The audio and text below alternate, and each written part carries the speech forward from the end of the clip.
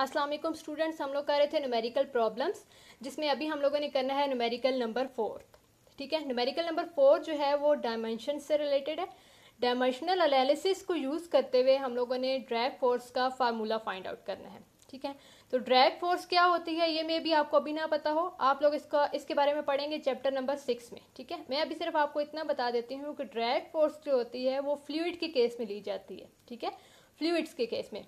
तो देख लेते हैं पहले कि ड्रैग फोर्स किस किस चीज़ पे डिपेंड कर रही है। ठीक है, वैसे ही आपको स्टेटमेंट में गिवन भी है, फिर मैं आपको बता देती हूँ। Viscosity of the medium first factor आ जाता है। विस्कोसिटी को हम लोग रिप्रेजेंट करते हैं ईटा से। ठीक है, इसका सिंबल ये है, ईटा को इस तरह डिनोट करते हैं, स्मॉल एन की तरह ही लिखा जाता है तकरीबन। ठीक है, तो सबसे पहला फैक्टर है viscosity of the medium. Second factor है आपके पास radius of the object. Radius किस चीज़ का? उस ऑब्जेक्ट का जो उस फ्लूइड में से पास आउट हो रही है। ठीक है, जो इस फ्लूइड में मूव कर रही है उसका रेडियस। थर्ड फैक्टर आ जाता है वेलोसिटी ऑफ द ऑब्जेक्ट। ठीक है, जो भी ऑब्जेक्ट उस फ्लूइड में से पास कर रही होगी वो किस वेलोसिटी के साथ पास आउट हो रही है, उसकी वेलोसिटी को हम लोग रिप्रेजेंट करते हैं वी से, और ड्रैग फोर्स उस पर भी डिपेंड करती है। ठीक है जी, अब हम लोगों ने यूज़ करना है इसमें डायमेंशंस को। तो डायमेंशन आपको ईटा की गिवन है। ठीक है, ये आपको डायमेंशन गिवन है, M L raise to power -1 T raise to power -1। ये अभी तो गिवन है आपको, लेकिन आप लोगों ने इसको याद भी करना है। मे भी आपको पेपर में डायमेंशन ऑफ विस्कोसिटी ना दी जाए। ठीक है, फाइंड आपने क्या चीज़ करना है, formula of F D. F D किसको रिप्रेजेंट कर रहा है? ड्रैग फोर्स को। ये एफ और सबस्क्रिप्ट में मैंने लिखा है डी, इसको और ना समझिएगा। ठीक है ना, तो इस सबस्क्रिप्ट में लिखा हुआ है डी। ये आप लोगों ने फाइंड करना है फार्मूला। सबसे पहले देख लेते हैं कि ड्रैग फोर्स किस किस चीज़ पे डिपेंड करती है। तो ये आपके पास आ जाएगा F D is directly proportion to eta. Eta की पावर हमें नहीं पता, इस वजह से मैंने लिख दिया वेरिएबल ए। इसी तरह रेडियस, रेडियस की भी पावर हमें नहीं पता, तो मैंने वेरिएबल मेंशन कर दी है बी। इसी तरह वेलोसिटी आ जाती है, वेलोसिटी की भी आपको पावर नहीं पता, इस वजह से मैंने मेंशन कर दिया है सी।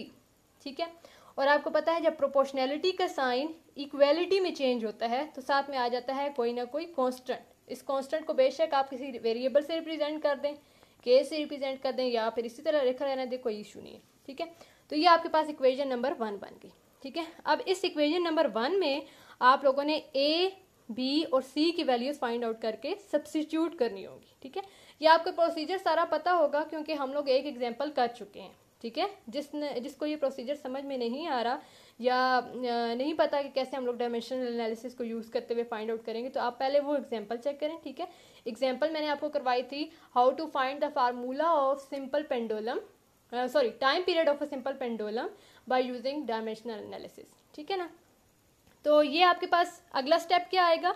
अगले स्टेप में हम लोगों ने डायमेंशनल सारी सब्स्टिट्यूट करनी है डायमेंशंस को। ठीक है, तो एफ की डायमेंशन क्या आ जाती है? M L T raise to power -2। ये आपको फाइंड करने आ चुकी होगी। वैसे मैं आपको बता दूं, फोर्स की डायमेंशन किधर से आती है? एम ए से, न्यूटन सेकंड लॉ से। ठीक है, एम की डायमेंशन होती है कैपिटल एम। ठीक है, इसमें इसके अलावा एक्सेलरेशन जो ए है उसकी डायमेंशन आ जाती है एल टी -2। ठीक है, इसी तरह ईटा की डायमेंशन पुट कर दी क्योंकि ये हमको गिवन थी, और के की डायमेंशन मैंने इस वजह से नहीं पुट की क्योंकि ये कांस्टेंट है, कांस्टेंट की डायमेंशन नहीं होती। ठीक है, इसी तरह आ जाता है आपके पास रेडियस। तो रेडियस आप मीटर्स में लेते हैं, इस वजह से इसकी डायमेंशन आ जाएंगी एल की। ठीक है, लेंथ की डायमेंशन आ जाएंगी। इसी तरह आपके पास आ जाती है वेलोसिटी। वेलोसिटी की भी मैं आपको डायमेंशन बता चुकी हूँ कैसे डिराइव करते हैं। ये डायमेंशन आ गई, सबके ऊपर पावर पुट कर दी। ईटा की पावर थी ए, रेडियस की पावर थी बी, वेलोसिटी की पावर थी सी। ठीक है, अब नेक्स्ट स्टेप फिर आपको पता होगा कि क्या करना है, थोड़ा सा सिंप्लीफाई करना है। मींस एम की जितनी भी पावर है सबको एक जगह लिख दिया, तो एम की पावर बनती है हमारे पास ए, और इसके अलावा यहाँ पे कोई एम नहीं है। ठीक है, इसी तरह एल देखें, एल की पावर है ये -1, जब ए के साथ मल्टीप्लाई होगा तो पावर आ जाएगी -a। यहाँ से एल की पावर है बी, तो ये आ जाएगी +b। इसी तरह यहाँ पे एल की पावर है सी, तो ये भी साथ में सी ऐड हो जाएगा। आपको पता है बेस सेम हो तो पावर्स ऐड होती हैं मल्टीप्लीकेशन में। इसी तरह नेक्स्ट है हमारे पास टी। तो टी रेज टू पावर -1 है यहाँ पे, जब ए के साथ मल्टीप्लाई होगा तो यहाँ पे पावर बन जाएगी -a। इसी तरह टी रेज टू पावर -1 है, जब सी के साथ मल्टीप्लाई होगा तो ये पावर बन जाएगी -c। तो ये सारी पावर्स हम लोगों ने कंबाइन करके लिख दी। ये स्टेप मैं दोबारा थोड़ा सा रीअरेंज करके लिख रही हूँ यहाँ पे, ये आपके पास ये स्टेप आ गया। अब नेक्स्ट स्टेप क्या है? कंपेरिजन। ठीक है, कंपेयर करना है हम लोगों ने पावर्स को। तो सबसे पहले हम लोग पावर कंपेयर कर लेते हैं m की, ठीक है। तो यहाँ पे देखें m की पावर कितनी है 1, कुछ भी नहीं है, इसका मतलब m की पावर होगी 1, और यहाँ पे m की पावर कितनी है a, तो यहाँ से 1 is equal to a means a की वैल्यू आ जाएगी।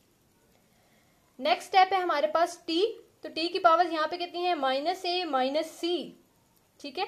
और राइट हैंड साइड पे आपके पास लेफ्ट हैंड साइड पे पावर्स कितनी है t की -2, ठीक है।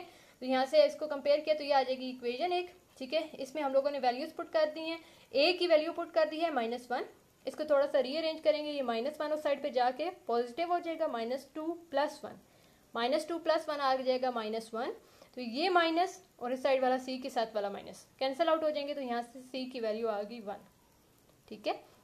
अब नेक्स्ट हमारे पास क्या बच गया l, तो l की वैल्यू इसको कंपेयर करें पावर्स को, l की पावर है यहाँ पे 1 और यहाँ पे l की पावर कितनी है -a + b + c, ठीक है। तो यहाँ पे आ जाएगा 1 is equal to -a + b + c। अब a की वैल्यू भी आप लोग फाइंड आउट कर चुके, c की वैल्यू भी फाइंड आउट कर चुके, वो दोनों वैल्यूज हमने यहाँ पे सब्स्टिट्यूट करनी है, ठीक है। तो यहाँ पे जब सब्स्टिट्यूट करेंगे तो ये -1 और ये +1 कैंसिल आउट हो जाएंगे, तो यहाँ से b की वैल्यू आ जाती है आपके पास 1। अब सारी वैल्यूज हम लोगों ने फाइंड आउट कर ली, a की भी कर ली, b की भी कर ली और c की भी कर ली। अब ये हम लोगों ने पुट करनी है इक्वेशन 1 में, ठीक है। तो 1 इम्प्लॉयज दैट एफ डी आपके पास डायरेक्ट फोर्स को रिप्रेजेंट कर रहा है, साथ में आ गया कांस्टेंट, ईटा के ऊपर पावर थी a की वैल्यू लगा दी 1, r के ऊपर पावर थी b की वैल्यू लगा दी 1, v के ऊपर पावर थी c की वैल्यू भी लगा दी 1। तो ये आपके पास डायरेक्ट फोर्स का फार्मूला आ जाता है F D is equal to constant into eta R B, ठीक है। और वैसे मैं आपको बता दूं यहाँ पे कांस्टेंट हमारे पास 6 पाई के इक्वल है। जिस तरह आपके पास time period of simple pendulum था ना, उसमें टाइम पीरियड की वैल्यू क्या थी 2 पाई √L/g, ठीक है। तो 2 पाई आपके पास कांस्टेंट था जिसकी वैल्यू आप लोग डायमेंशंस के थ्रू फाइंड आउट नहीं कर सकते। इसी तरह यहाँ पे 6 पाई आपके पास कांस्टेंट है जिसकी वैल्यू आप लोग डायमेंशंस के थ्रू फाइंड आउट नहीं कर सकते।